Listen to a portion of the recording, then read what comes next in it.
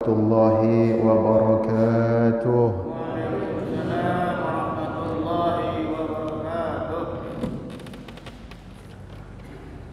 Bismillah.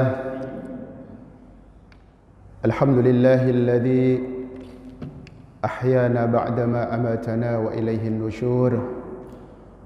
Wassalatu wassalamu ala sayyidil mursalin habibina wa syafi'ina wa maulana Muhammad وعلى آله وصحبه ومن سار على نهجه إلى يوم الدين. قالوا سبحانك لا علم لنا إلا ما علمتنا إنك أنت العليم الحكيم. قال رب اشرح لي صدري ويسر لي أمري واحلل عقدة من لساني يفقه قولي برحمتك يا أرحم الراحمين. أما بعد، أيها الإخوة الكرام,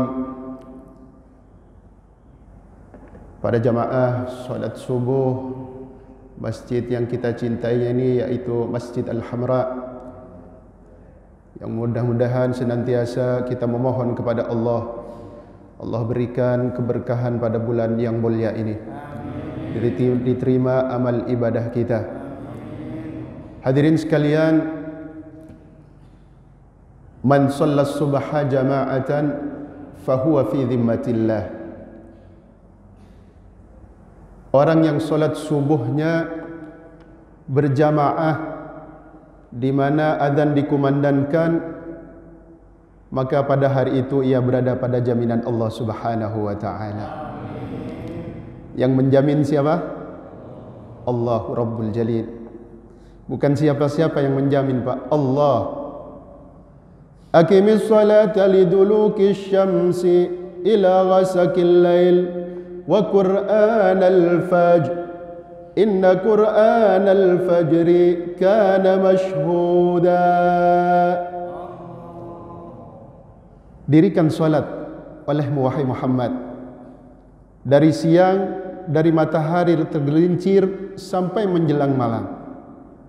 Wa qur'anal fajri, dan tunaikan pula Al-Quran Al-Fajr, yaitu salat subuh.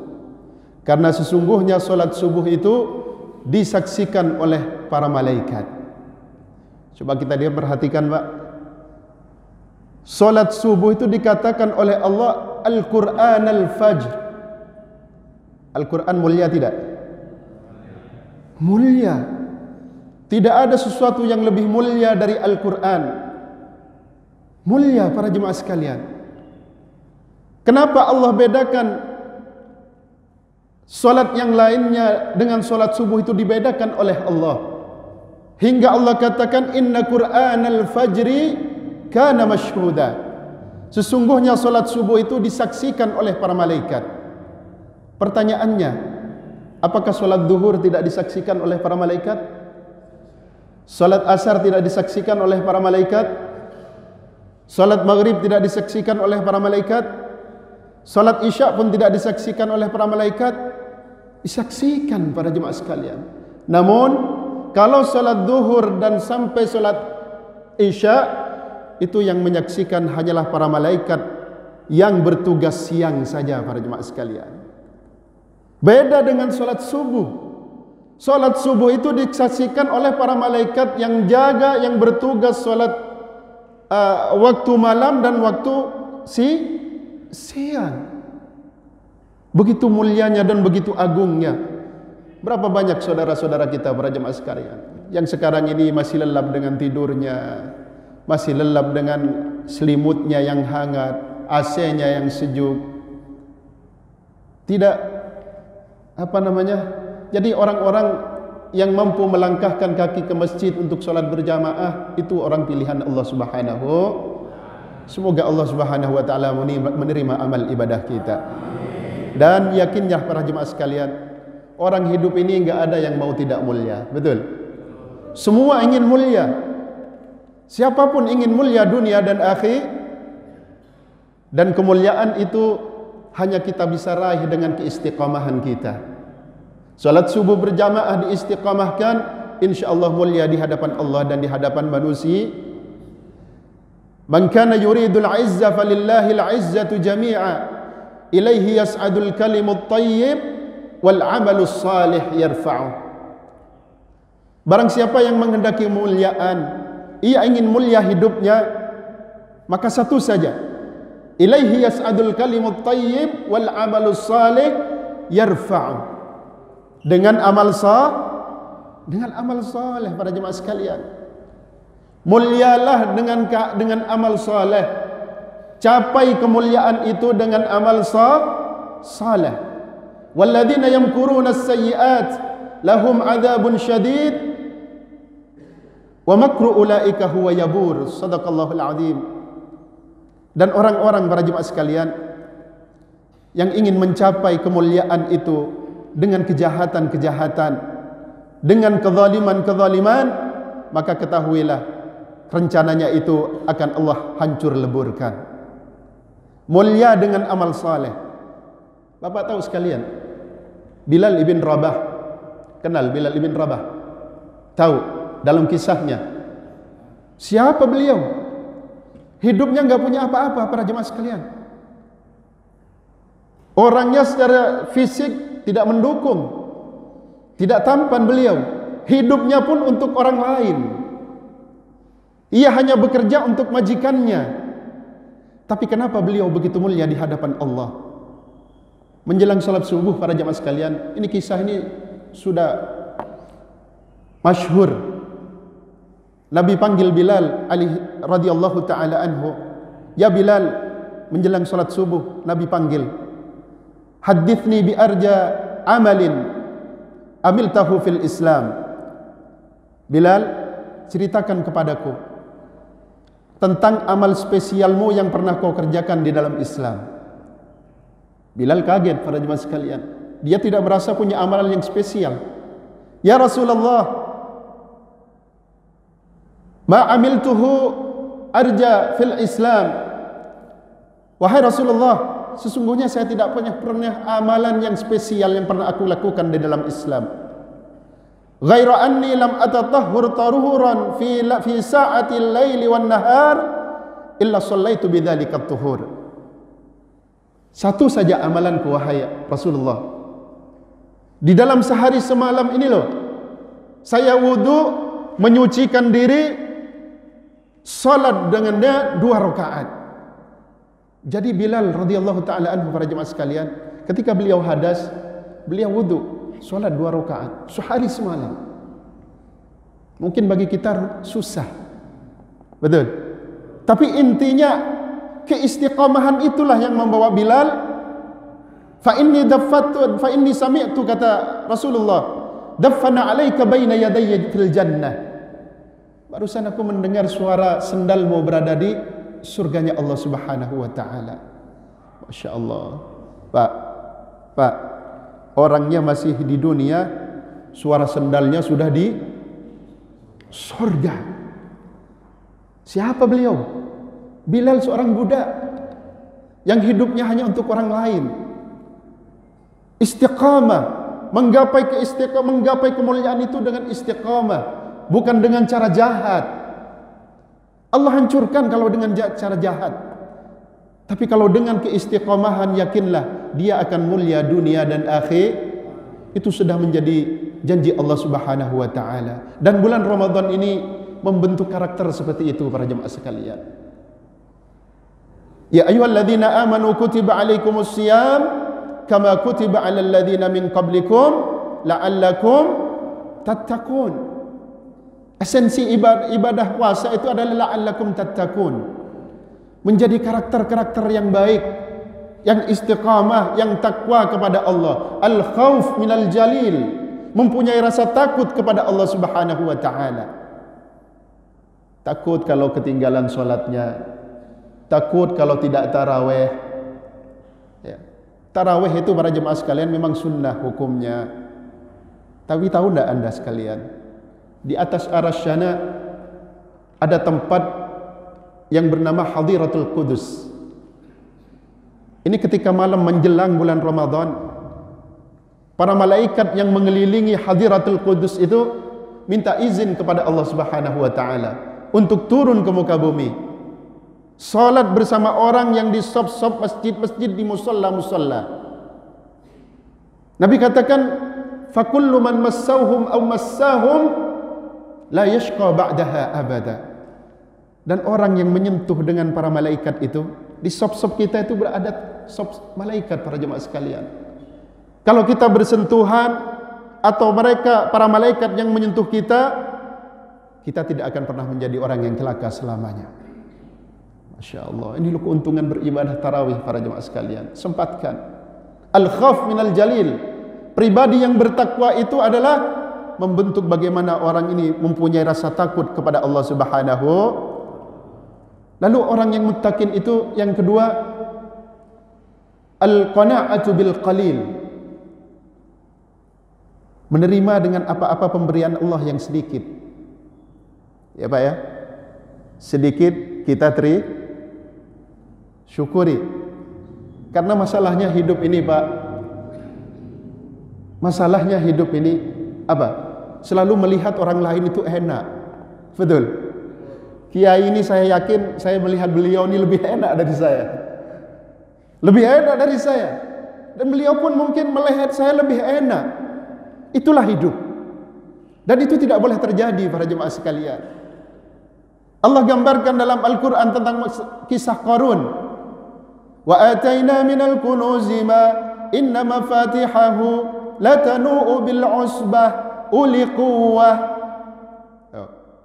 Kami berikan, kata Allah, kunci-kunci kekayaan Qarun itu berupa emas dan perak yang kalau diangkat al-usbah itu, pada jemaah sekalian, hitungan dari 9 orang sampai 15 orang uli quwwah, yang kuat-kuat badannya. Mereka tidak akan pernah mampu menggotongnya. Masya Allah, coba kita lihat. Kunci kekayaan Qarun, gudangnya saja diangkat 9 orang sampai 15 orang, tidak akan pernah mampu mereka untuk menggotongnya. Belum kekayaannya, Pak. Belum isi gudangnya. Namanya orang kaya, para jemaah sekalian. Sekali waktu Qarun ini keluar di tengah-tengah kaumnya, lewatlah dia di tengah-tengah kaumnya. Qarun ini adalah ibnu ammi Musa, sepupu daripada Nabiullah Musa. Keluar di tengah-tengah kaumnya. Yang namanya orang tadi Pak, melihat pasti orang itu kalau sudah kaya dilihat orang enak. Betul? Betul? Pasti. Mereka katakan apa? Ya laitana mithla ma utiya Qarun innahu lahu hadzun azim. Ya Allah, andai kata kau berikan kami kekayaan seperti Qarun, niscaya kami akan bahagia. Kaumnya Qarun memandang Qarun enak. Ini tidak boleh terjadi, para jemaah sekalian. Allah gambarkan dalam Al-Quran. Tapi orang yang melihat ada nur di dalam hatinya, ada cahaya keimanan, keislaman dalam hatinya, ia tidak memandang dari aspek itu, para jemaah sekalian.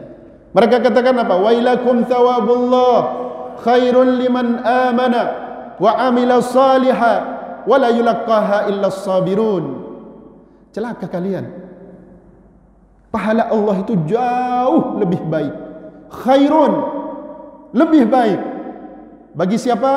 Bagi orang yang beriman. Wala yulaqqaha illa as-sabirun. Dan tidak akan pernah mendapatkan halawatul iman kecuali orang-orang yang mau bersabar. Masyaallah. Semoga Allah Subhanahu wa taala berkahi kita semua. Al-qana'atu bil qalil.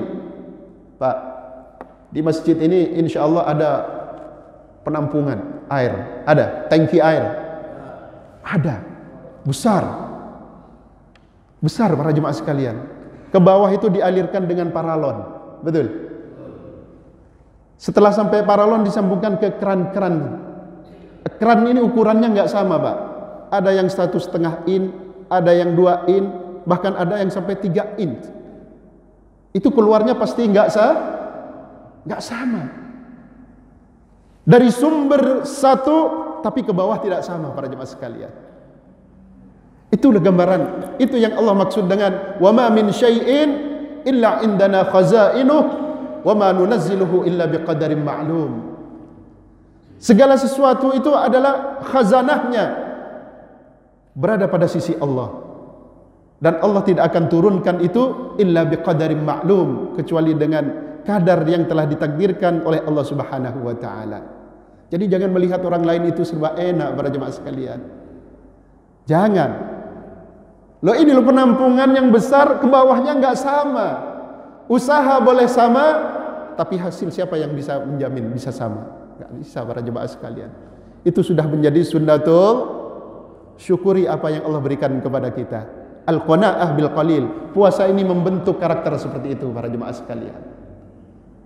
Mana ada sekarang orang kaya sebelum maghrib boleh puasa, boleh berbuka maksud saya? Ada? Tidak boleh, tunggu dulu. Demikian pun orang yang tidak punya, boleh? Tidak boleh. Al-qanaah, menerima. Kaya dan miskin itu para jemaah sekalian, itu diatur oleh Allah dengan cara hikmah. Tapi syarat kita tetap mengenal Allah Subhanahu wa taala. Oleh karenanya dalam hadis qudsi Allah nyatakan inna min ibadi man laysa lahu inna min ibadi man la yasluhuhu illa al-ghina wa in afqartuhu afsadtu alaihi dinah. Di antara hamba-hambaku kata Allah, ada seseorang yang tidak patut dan tidak pantas illa al-ghina, kecuali jadi orang kaya. Harus kaya dia. Wa in afqartuhu, kalau aku miskinkan dia, afsadtu alaihi dina, rusak nilai-nilai agama dan keimanannya. Allah kayakan. Ini loh Pak, diatur Pak. Wa inna minhum man la yasluhuhu illa al-faqru wa in aghnaytuhu afsadtu alaihi dina. Ada juga di antara hambaku yang tidak pantas, tidak patut, kecuali orang itu menjadi miskin. Miskin, Allah miskinkan. Kenapa? Kalau Allah kayakan, afsadtu alaihi dina, rusak nilai agama dan keimanannya. Ketika ia sudah menjadi orang kaya, sudah tidak masuk masjid lagi. Allah miskinkan. Jadi diatur sedemikian rupa oleh Allah Subhanahu wa taala dengan cara hikmah. Jangan melihat selalu orang itu lebih enak dari kita. Jangan para jemaah sekalian. Karena itu memupuskan rasa syukur kita kepada Allah Subhanahu wa taala. Puasa sekarang ini membentuk karakter seperti itu. Al-qanaah bil qalil. Menerima sesuatu yang sedikit dari apa pemberian Allah Subhanahu wa taala. Pak, yakinlah manusia ini tidak akan pernah mati kecuali rezekinya disempurnakan oleh Allah. Ya Pak ya. Orang yang sudah mati itu sudah enggak ada rezekinya Pak. Nah kita yang masih hidup nih loh, pasti ada rezekinya, enggak usah khawatir. Inna nafsan lan tamuta hatta yastawfiya rizquh. Seseorang itu tidak akan pernah meninggal kecuali rezekinya sudah habis. Itu loh Pak. Itu kayaknya kenapa kita harus menghalalkan segala macam cara? Hah? Apa yang kita tunggu Pak dalam hidup ini? Apa Pak? Apa yang kita tunggu dalam hidup ini? Mati. Yang kaya pun nunggu mati. Bijak dalam kehidupan ini. Tekan hawa nafsu, beramalah selepas kematian untuk selepas kematian. Al-qanaah bil qalil la'allakum tattaqun, supaya orang menjadi orang bertakwa, mempunyai rasa sifat al-qanaah bil qalil. Lalu kemudian al-amalu bit tanzil, mengamalkan apa-apa yang Allah turunkan, yaitu Al-Quranul Karim. Sekali waktu Pak, pada kesempatan Jibril turun kepada Nabi, memberikan kabar kepada Nabi alaihi salatu wassalam, ya Muhammad, satakunu fitan, innahu satakunu fitan. Muhammad, akan ada fitnah-fitnah yang kaum akan melanda umatmu. Famal makhraju minha ya Jibril, lalu apa jalan keluarnya wahai Jibril? Jibril mengatakan, kitabullah subhanahu wa ta'ala, kitabnya Allah yaitu Al-Quranul Karim. Ramadan ini para jemaah sekalian syahrul Al-Quran. Jangan jauh-jauh dari Al-Quran. Minim khatamkan Al-Quran 1 kali saja.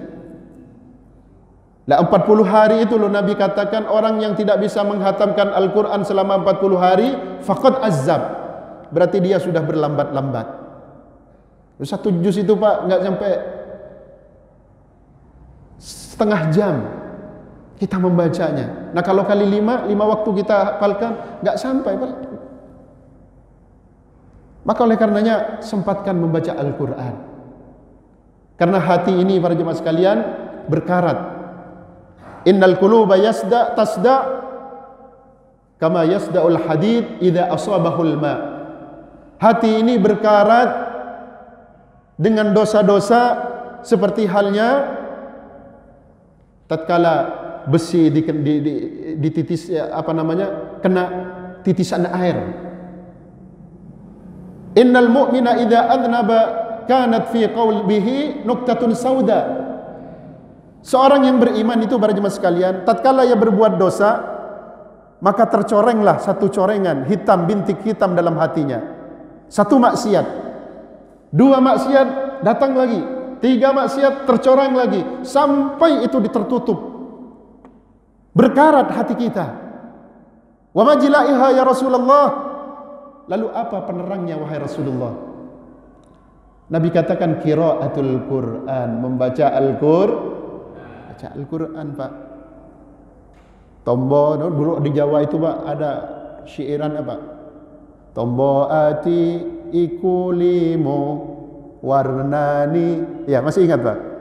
Moco Quran angan-angan samaknani. Tuh syair orang dulu Pak. Kalau kau ingin terang hatimu, baca Al-Quran, angan-angan artinya. Afala yatadabbaruna al-Qur'an am ala qulubin akfaluha. Kalau bahasa Al-Quran, apakah kalian tidak mau mentadabburi Al-Quran atau hatimu yang sudah tertutup? Hati-hati Pak. Kita hidup masa serba canggih. Dengan HP kadang kita tidak sempat lagi untuk menyentuh Al-Quran. Betul. Al-Quran itu Pak di atas rumah ditaruh paling atas sampai budukan debu, saking seringnya dibaca itu Al-Quran. Makanya Nabi katakan innal ladzi laisa fi jawfihi syai'un minal Quran kal baitil kharib. Ada rumah para jemaah sekalian mewah, rumahnya mewah, tingkat AC-nya luar biasa, tapi lama ditinggalkan oleh penghuninya. Apa yang terjadi? Rumah itu akan mengerikan, menakutkan, angker. Itulah gambaran kata Nabi orang yang jauh dari Al-Quranul Karim. Hatinya akan kosong, jiwanya akan kering. Pada bulan Ramadan ini, ayo kita amalkan Al-Quran. Baca Al-Quran, istiqamah dalam membaca Al-Quran. Lalu kemudian para jemaah sekalian, al-isti'dad li yaumir rahim.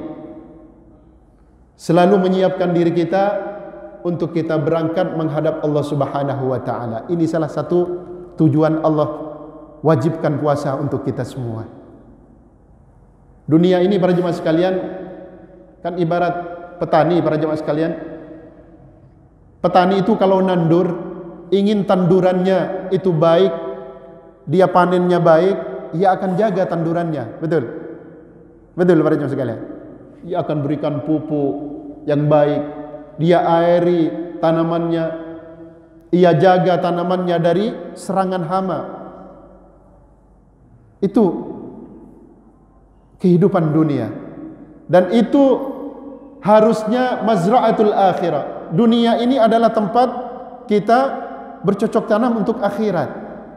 Airi iman kita para jemaah sekalian dengan baik. Berikan pupuk amal soleh iman kita dengan sempurna, agar kelak kita bisa memanen tanaman kita ini yang kita tanam di dunia dengan amal soleh, kita bisa panen sempurna di hadapan Allah Subhanahu wa ta'ala. Pak, sehari semalam ini berapa waktu Pak? 24 jam. 24 jam Pak. Nah kita sholat nih kadang gak nyampe 10 menit, 5 menit ya. Katakan 1 jam. Kalau 24 jam, 5 waktu dikurangi 5 jam, tinggal berapa? 19 jam untuk urusan dunia kita. Kenapa kadang tarawih saja tidak mampu kita para jemaah sekalian? Kenapa baca Al-Quran saja 5 menit setengah jam tidak mampu? 19 jam Allah peruntukkan untuk dunia kita. Makanya para jemaah sekalian, orang-orang sufi itu kadang mengingatkan kepada kita melalui syair-syairnya. Dalam kitab Naswaibul Ibad itu saya pernah baca, ya man bidun ya hushtagal. Kalau dilakukan ya man bidun ya hushtagal qad gharrahu tulul amal aw lam yazal fi ghaflatin hatta dana minhul ajal aw lam yazal fi ghaflatin hatta dana minhul ajal. Wahai orang-orang yang sibuk, ishtaghal bidunyahu, dengan keduniaannya, 19 jam ia sibuk, bahkan 24 jam ia sibuk. Qad gharrahu tulul aman, sungguh telah kau tertipu dengan angan-anganmu.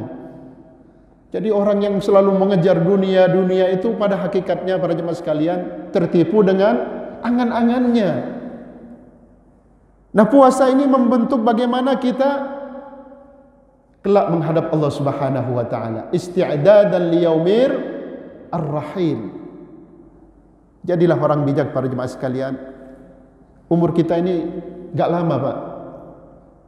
A'mar ummati baina 60 wa 70. Umur umat ini kata Nabi antara 60 70. Ada sekarang yang umur 60. Yang 60 ngacung. Siap-siap. Semua siap-siap para jemaah sekalian. Enggak ada yang menjamin. Yang muda, yang tua, yang sehat, yang sakit, siap-siaplah untuk itu. Sayyidina Umar itu loh, radhiyallahu taala anhu para jemaah sekalian. Beliau tatkala melangkahkan kaki kanannya, beliau sudah tidak yakin lagi kaki kirinya bisa melangkah. Nah, siapa yang menjamin keluar masjid ini kita masih bisa hidup? Enggak ada yang menjamin para jemaah sekalian. Makanya kalau untuk urusan dunia itu kata Allah, famshu fi manakibiha. Lewat samping, jangan terlalu ke tengah. Pak, jangan terlalu ke tengah. Repot nanti keluarnya. Ya kalau mampu kita bisa keluar. Famshu fi manakibiha. Lewat samping saja. Nah, puasa ini membentuk karakter seperti itu para jemaah sekalian. Isti'dadan liyaumir rahim. Bagaimana kita bersiap-siap untuk ketemu Allah Subhanahu wa taala. Semoga Allah Subhanahu wa taala meridai kita semua. Dan semoga Allah Subhanahu wa taala memberikan keberkahan, menerima amal ibadah kita pada bulan puasa ini. Amin. Allahumma amin. Mungkin itu saja yang bisa saya sampaikan. Kurang lebihnya saya mohon maaf. Ada kalimat yang kurang baik, yang tidak benar. Yang benar itu semata-mata timbul, yaitu datang dari Allah Subhanahu wa taala. Khilaf dan salahnya timbul dari pribadi saya yang bodoh. Saya beristighfar kepada Allah Subhanahu wa taala. Astaghfirullahal azim. Hadani Allah wa iyyakum ajma'in. Tsumma assalamu alaikum warahmatullahi wabarakatuh.